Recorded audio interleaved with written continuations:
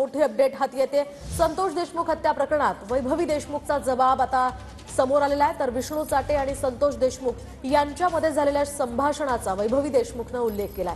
लहान गोष्टींसाठी जीवावर का उठता असा सवाल देशमुखांनी चाटेला विचारलेला होता असं वैभवी देशमुख म्हणाली आहे। तर विष्णू चाटे आणि संतोष देशमुख यांच्यातील संवाद 10 ते 12 मिनिटं चालला असंही तिने म्हटलंय।